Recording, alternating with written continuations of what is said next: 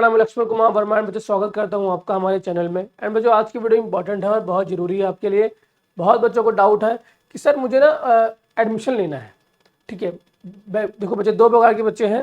पहले जो 10th में एडमिशन लेना चाहते हैं या फिर 12th में एडमिशन लेना चाहते हैं, लेकिन बच्चे उनको नहीं पता है कि ऑन डिमांड में लेना चाहिए कि आपको लेना चाहिए अप्रैल या फिर अक्टूबर वाले सेशन के अंदर। तो बच्चे ये भी ना एकेडमिक सेशन अप्रैल का एडमिशन ओपन है। मैं आपको बताऊंगा फीस डॉक्यूमेंट क्या क्या रिक्वायर होता है। ठीक है, इससे पहले बता दूं आपको बच्चे, जो बहुत बच्चों को डाउट है, ठीक है ना, अगर आपको डाउट क्लियर नहीं हो रहा है तो मैं इस वीडियो में बता देता हूँ। ठीक है, कि अगर आपको ऑन डिमांड एडमिशन लेना है ना, ऑन डिमांड में कौन ले सकता है एडमिशन, पहले देखते हैं। ठीक है ना, कौन ले सकता है ऑन डिमांड में एडमिशन? वही ले सकता है बच्चे जो या फिर इम्प्रूवमेंट एग्जाम दे रहा हो, या तो वो इम्प्रूवमेंट एग्जाम दे रहा हो, या फिर वो प्रीवियसली फेल हुआ हो, है ना, प्रीवियसली बच्चे फेल्ड हुआ हो, वही ऑन डिमांड जनरली एग्जाम में देता है। फॉर एग्जाम्पल बच्चे किसी ने अप्रैल में एग्जाम दिया, जो भी एग्जाम चल रहा है, ठीक है, या फिर पिछले साल अक्टूबर में एग्जाम दिया एंड उसका किसी कारणवश SYCP SYCT मतलब कि कंपार्टमेंट लग गया था NOS के अंदर ही, या फिर किसी CBSE बोर्ड में, अदर स्टेट बोर्ड के अंदर, ठीक है ना। तो अगर आपका ऐसा लग गया था बच्चे, तो आप ऑन डिमांड में एग्जाम देकर यहाँ पर 2 समय का TOC ले सकते हो। और TOC सिर्फ फेल्ड वाले बच्चों के लिए होता है, जो बच्चा पास होता है उसके लिए अलाउड नहीं होता है TOC। ठीक है, अब रही बात एकेडमिक, जो कि अप्रैल में की बात करने वाला हूँ मैं। अप्रैल 2026 के लिए बच्चे एडमिशन ओपन हुआ है अभी। ठीक है ना, बच्चे काफ़ी दिनों से ओपन है, लेकिन ये मैं आपके लिए वीडियो इसलिए बना रहा हूँ बच्चे, ये वीडियो कि बहुत बच्चों को जानकारी नहीं है कि मुझे अप्रैल में लेना चाहिए कि मुझे ऑन डिमांड में एडमिशन लेना चाहिए। तो बच्चे अगर आप फ्रेश स्टूडेंट हैं क्लास 10th के लिए या फिर क्लास 12th के लिए, तो आपको अप्रैल सेशन के लिए एडमिशन लेना पड़ेगा। फॉर एग्जांपल अगर आपने 2024 में 10th पास किया है, 2024 मतलब पिछले साल अगर आपने 10th पास किया है अप्रैल से पहले या अप्रैल के मंथ के अंदर, तो आप अप्रैल 2026 में एडमिशन ले सकते हैं, या फिर आप 10th में हो या फिर आप 12th में हो। ठीक है, तो ये तो कहानी हो गई भाई कौन ले सकता है एडमिशन। अब देखो भाई एडमिशन होगा कैसे। तो एडमिशन होने के लिए देखो बच्चे, अगर आप 10वीं के हो तो आपको क्या चाहिए कि आप एटलीस्ट ऑफ 8th पास होने चाहिए। ठीक, एटलीस्ट 8th पास होने चाहिए। और अगर नहीं है तो एक बचेगा, बनेगा आपका सेल्फ सर्टिफिकेट। ठीक है, डोंट वरी, वो मैं बनवा दूंगा आपका सेल्फ सर्टिफिकेट। सेल्फ सर्टिफिकेट चाहिए रहता है। ठीक है, ये हो गया। सेकंड हो गया बच्चे, आपको आपका आधार कार्ड होना चाहिए। एंड आधार कार्ड अगर आपके फ़ोन से लिंक रहेगा तो ज़्यादा अच्छा रहेगा। ठीक है, क्योंकि बहुत चीज़ें अपडेट आती हैं आपके पास। आधार कार्ड चाहिए आपका। मोबाइल नंबर आपका खुद का चाहिए या फिर, ठीक है, फादर का चाहिए मोबाइल नंबर। ईमेल आईडी अपना पर्सनल देंगे आप। अब ईमेल आईडी पर्सनल क्यों देंगे? क्योंकि कभी कभार बच्चे आपके फादर साहब जो होते हैं, ठीक है, नहीं देख पाते, ठीक है ना, उनको नॉलेज नहीं होता है, और इंपॉर्टेंट नोटिफिकेशन अगर रह जाता है तो फिर आपको दिक्कत का सामना करना पड़ सकता है। तो ईमेल आईडी आप अपना देंगे। तो Aadhaar card, photo, signature, email ID, हाँ फोटो रह गया बच्चे, आपको फोटो देना होता है, पासपोर्ट साइज फोटो आपकी। ठीक है, कुछ बेसिक से डॉक्यूमेंट होते हैं जो आपको रिक्वायर होते हैं। ठीक है, अगर कोई बच्चा रेंट पे रहता है, ठीक है, उसको एड्रेस प्रूफ देना होता है। ठीक है ना, अगर उसका खुद का घर है, ठीक है बच्चे, फिर तो वो बिजली बिल दे देगा। लेकिन अगर उसके पास खुद का घर नहीं है, मान लो बच्चा बिहार रहता है, बिहार में उसका घर है और वो दिल्ली रहता है या फिर कहीं अदर स्टेट में रहता है, तो उसको बच्चे रेंट एग्रीमेंट देना पड़ेगा एड्रेस प्रूफ में। ठीक है, आप रेंट एग्रीमेंट जाएंगे, 100-150 रुपये का बाहर से बन जाता है। ठीक, तो वो आपको देना पड़ेगा एड्रेस प्रूफ के अंदर, जहाँ पे आप स्टडी सेंटर चूज करोगे, जहाँ पे आप स्कूल चूज करोगे। ठीक है, तो ये पूरा सीन रहता है 10th क्लास का। 12th क्लास का देना बच्चे, अब वो 10th का एग्जाम देने के लिए मुझे, मैंने बोला 8वीं हो या फिर सेल्फ सर्टिफिकेट हो, अगर 8th पास नहीं है तब भी काम हो जाएगा। ठीक है, लेकिन अगर बच्चे 12th कर रहे हो ना आपका, अगर आप 12th में एडमिशन लोगे तो आपको मस्ट है कि 10वीं तो चाहिए ही चाहिए। 10th पास तो आपको होना ही होना चाहिए NOS के अंदर, या फिर किसी भी बोर्ड में जाओगे ना 10th पास तो चाहिए। अगर 12th पास करना है 10th पास चाहिए। फिर वही आधार कार्ड चाहिए आपका, आधार चाहिए आपका, आधार कार्ड, फोटो, सिग्नेचर, ठीक है, ईमेल आईडी अपना देंगे आप, एंड फ़ोन नंबर। अच्छा, ट्राई करो कि जिससे भी एडमिशन ले रहे हो, चाहे मुझे आप कॉल करोगे तब भी, या फिर आप किसी और से भी एडमिशन ले रहे हो, जहाँ से भी ऑफलाइन ऑनलाइन, ठीक है, ट्राई करो ईमेल आईडी और फ़ोन नंबर आपका ही होना चाहिए, ईमेल आईडी और फ़ोन नंबर आपका ही होना चाहिए, क्योंकि ये दोनों मोस्ट इंपॉर्टेंट है। आपका एडमिशन होने के बाद इनरोलमेंट नंबर, आपका रेफरेंस नंबर, आपका जो भी अपडेट है, आपका बुक कहाँ आएगा, सारे डिटेल बच्चे आपके या तो ईमेल आईडी पे आता है या तो आपके फ़ोन नंबर पे आता है।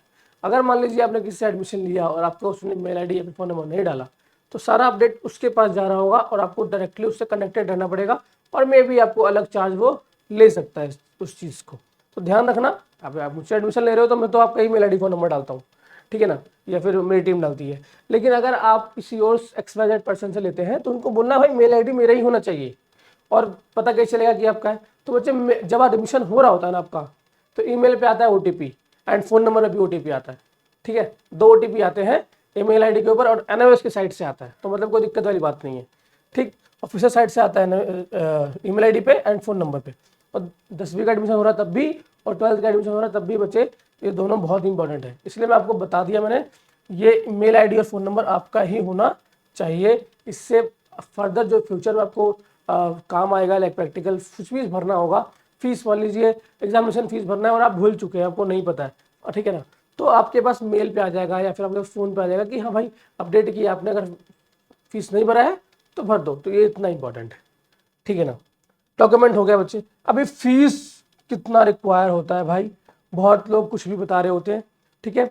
तो बच्चे मैं सबसे पहले ना रफली बताऊंगा, ठीक है ना, रफली, एग्जैक्ट बताऊंगा तो बच्चे SC ST OBC girl boy subject wise अलग अलग रहता है, ठीक है। और अभी बच्चे एडमिशन चल रहा है, ठीक है, एडमिशन ओपन है, तो आप क्या करेंगे, ठीक है, नंबर डिस्क्रिप्शन बॉक्स में अवेलेबल है तो कॉल कर लेना, ठीक है, नंबर डिस्क्रिप्शन बॉक्स में अवेलेबल तो कॉल कर लेना, ठीक है।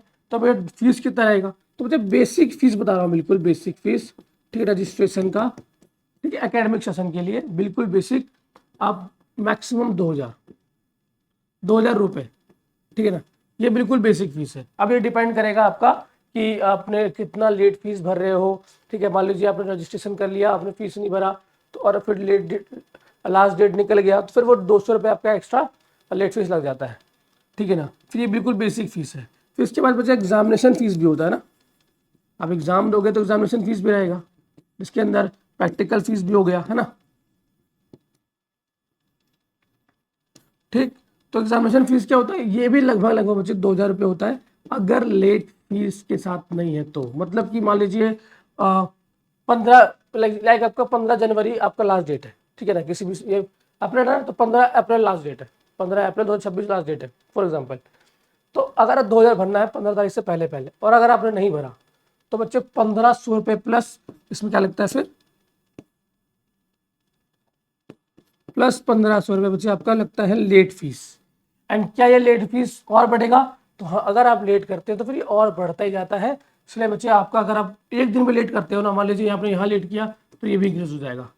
ये बिल्कुल बेसिक फीस है, ठीक है ना, इसलिए मैंने बेसिक लिख दिया आपको, ये रफली आइडिया मिल जाए आपको, ठीक है।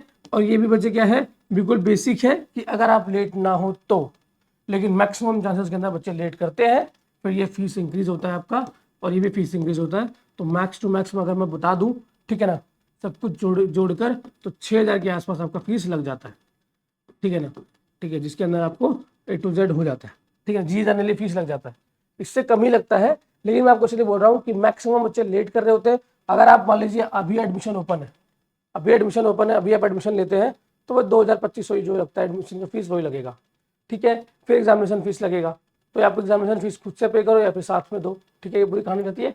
मतलब फीस इतना ही रहने वाला है, इसके आसपास फीस रहता है, ठीक है। लेकिन अब इसके अंदर क्या है बच्चे, कुछ अलग है कि अगर आप सब्जेक्ट कुछ अलग चूज कर रहे हैं, मान लीजिए कोई बच्चा बोलता है सर मुझे ना एक एडिशनल सब्जेक्ट भी चाहिए, फिर फीस बढ़ेगा बच्चे।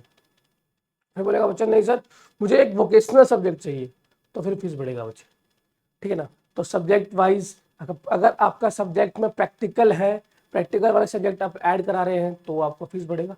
मतलब हर चीज़ में आपको फीस बढ़ेगा, ऐसा होता है। बिल्कुल बेसिक जो है ये है, इसके ऊपर, ठीक है, आप चलते जाओ, ठीक है। अगर आप ऑन डिमांड एग्जाम देते हो तो वहाँ पे फिर, ठीक है, मान लीजिए आप 5 सब्जेक्ट का ऑन डिमांड एग्जाम दे रहे हो, 5 सब्जेक्ट का ऑन डिमांड एग्जाम देते हैं बच्चे, तो वहाँ पे फीस लगभग 12,000 हो जाती है आपकी, 11 से 12,000 लग जाती है, ठीक। तो ये होता है, तो मतलब फीस 12,000 तक भी चली जाती है, 10,000 तक चली जाती है। लेकिन बेसिक क्या है, स्टार्ट यहाँ से होता है, इससे कम नहीं है, ठीक, यही फीस रहता है।